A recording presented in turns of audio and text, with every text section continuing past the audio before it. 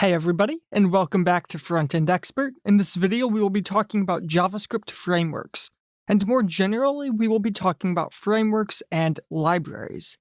Now, you will oftentimes hear these two terms used interchangeably, but in fact, a framework and a library are two different things. So a library, first of all, is simply a collection of reusable code, usually in the form of functions, and these are what we call unopinionated. So the library does not care how you use the functions, it doesn't care where you use them, and the functions should essentially work anywhere in your code. A framework, on the other hand, is a provided structure for your code, and it is more opinionated than a library. A common way to think about this is based on a concept known as the inversion of control. Essentially, what this means is that for a library, our code is going to call the library code. So when we need some utility function, we can call to a library to use their function. However, a framework is going to call our code. The framework is going to provide a structure for how the web page will work, and we will fill in the gaps. So for example, we will provide the implementation details of a single component, whereas the framework will control how that component is rendered on the page. Okay, so first I want to look at some utility libraries. Now, a utility library is simply a library, so it's a set of functions or other pieces of reusable code, and these functions are fairly generic. They're just JavaScript functions that can help us with manipulating objects, arrays, etc. So the two major utility libraries out there are known as Underscore and Lodash. Underscore was the first of the two. It has over 100 utility functions, and like I said, it is useful for manipulating arrays, objects, functions, strings, and so on. And then Lodash is actually a fork of Underscore, so many of the functions are very, very similar. Lodash's main purpose was simply to make Underscore better, so they tried to create a more consistent API with functions that felt similar across different data structures, as well as they tried to make it more performant. And now the end result of this is that we now have both of these libraries. Some people prefer one over the other, but in reality they are both good choices, and the decision of which one to use usually just comes down to which one has better functions for the needs of your application. And of course, you could also use functions from both of them in the same website. Next, let's look at jQuery. jQuery is a DOM manipulation library. It also has functions for simplifying animations, event listeners, as well as AJAX, so essentially you can use their library instead of calling fetch. Now historically, jQuery has been the largest library on the web, and that's for good reason. It made JavaScript much easier to work with. That said, over time, many of the features of jQuery have been adopted by other libraries and frameworks, as well as some of them have just become a part of JavaScript. So as a result, jQuery has been getting less popular over time, but there's still a huge portion of the web using jQuery, and there's nothing wrong with using jQuery on modern applications, but many people do hold the opinion that there isn't much need for using jQuery on new projects anymore. Okay, so next, let's take a look at React. React is arguably the most popular library right now, and it is a declarative user interface library. So what this means is that we use React to build out user interfaces, and we use something known as JSX, or JavaScript XML syntax. And what this is it is essentially the ability to write HTML syntax inside of JavaScript. This allows us to use JavaScript functions and variables inside of our HTML, and we get this very declarative result where we can simply write out the output that we want, so what we want the DOM to look like, and what variables we want to be used where, and React will handle the rest for us. Now you might be saying that that sounds more like a framework than a library, and it is definitely the most framework-esque of the libraries that we will look at, and I don't think it would be completely incorrect to refer to React as a framework, but they do refer to themselves as a library. One of the key distinctions here is that React is essentially a library for building out these reusable components. So it's essentially like we're creating our own HTML elements. And then React holds anything that it creates in what it calls the virtual DOM. So React itself is not actually adding any elements to the actual DOM. it is just keeping this virtual DOM, so a second version of the DOM that is not actually being rendered by the browser yet. And then we use something known as React DOM on top of React, which takes the virtual DOM and combines it with the normal DOM, so the DOM that is actually visible to the user, and that's how we update the page. So at its core, you can think of React as simply a library that is providing functions that we can use to create these custom components. But it actually isn't super opinionated about the overall structure of our website. Okay, so next, let's take a look at some frameworks that do very similar things to what React is doing as a library. So first of all, let's take a look at something known as Angular. So Angular is a framework that was created by Google. So while React was created by Facebook, Google created Angular.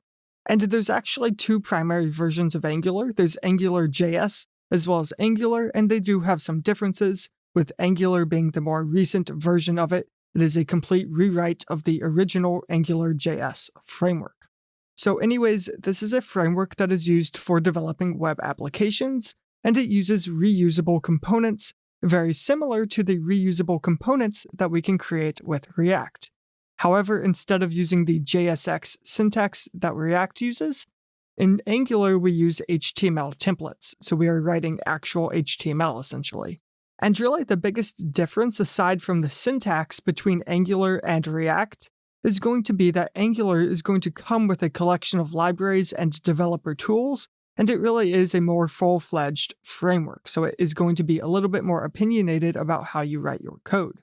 Additionally, the newest version of Angular, so Angular, not Angular.js, is going to use TypeScript by default. But that said, that's not a huge difference with any of the other frameworks because most of them do support TypeScript, and usually you end up using TypeScript anyways. And then beyond that, the decision of which one to use will mostly come down to which one you prefer. Most people would agree that Angular can be a little bit harder to learn, but that said, it is very subjective, and it comes down to personal opinion.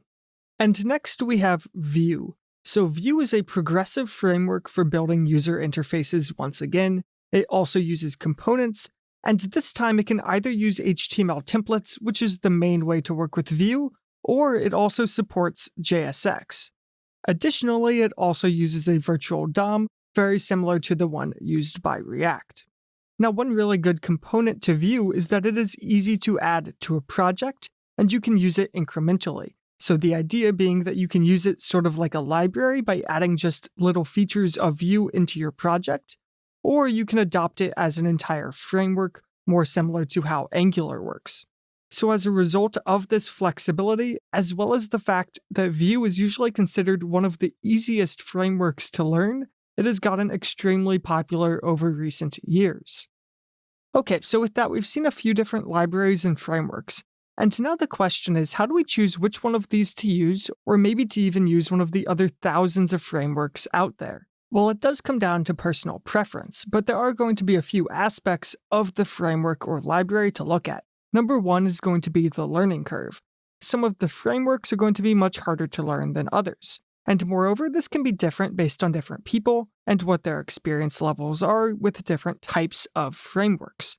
But one thing to look at with the learning curve is going to be documentation. If the framework has really good documentation, it's going to be much easier to learn. And it will be easier to figure out your bugs when you can look at the documentation to make sure you are understanding the framework properly. And the next most important thing to look at is going to be the open source community. Now, I'm not just referring to the community that is building the framework, and to that community is of course very important. You need to make sure that they are actively supporting it. But what I'm referring to is the community around the framework. For example, with React and Angular, they have huge communities around them, so there are tons of packages that you can use to add on to both React and Angular.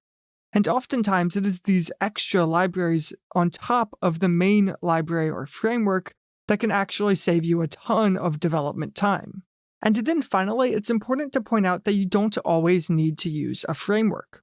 If you are creating a very substantial and large project, you probably want a framework or some libraries. However, if you are simply making, say, a portfolio website for yourself, you don't necessarily need to use a framework or a library for that. That's not to say that you can't use them, and of course you can, but for these simpler projects, oftentimes it is easier to just use vanilla HTML, CSS, and JavaScript. And now finally, I do want to look at a few other tools that can help our JavaScript but don't necessarily fall in the category of a framework or a library.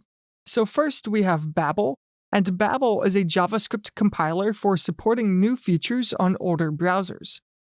So for example, if you use optional chaining, it will convert that optional chaining into a standard if check that older browsers would support. I like to think of Babel as like being the ultimate polyfill. So not only is it polyfilling some functions in, it is actually polyfilling the new features of the language. Next, we have Webpack, which is a JavaScript module bundler.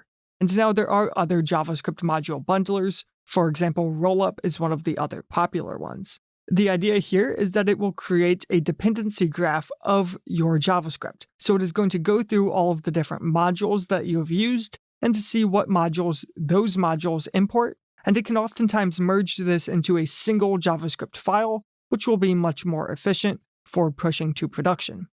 And next we have TypeScript. Some people refer to TypeScript as a programming language, others refer to it simply as a framework around JavaScript. But the idea of TypeScript is that it is a superset of JavaScript, and the difference is that it includes strong typing. So this simply allows us to include typing in our JavaScript, and it can help prevent a lot of bugs. And we will have an entire video on TypeScript in the crash course. And TypeScript is the largest strong typing superset of JavaScript, but there are some alternatives, the most notable being Flow.js, which works very similar to TypeScript. It just has slightly different syntax. And lastly, we also have Node.js, which is a backend JavaScript runtime environment. So we have looked at JavaScript on the front end, as this is front-end expert, but you can actually use JavaScript on the backend if you use Node to run the code. And of course, there are alternatives to Node as well, the most popular of which is called Deno, but Node is by far the most common backend JavaScript runtime environment at the time of recording this video. Okay, so with that, that's going to be the end of this video on JavaScript frameworks. I hope you enjoyed it and I hope you learned something new. I'll see you in the next one.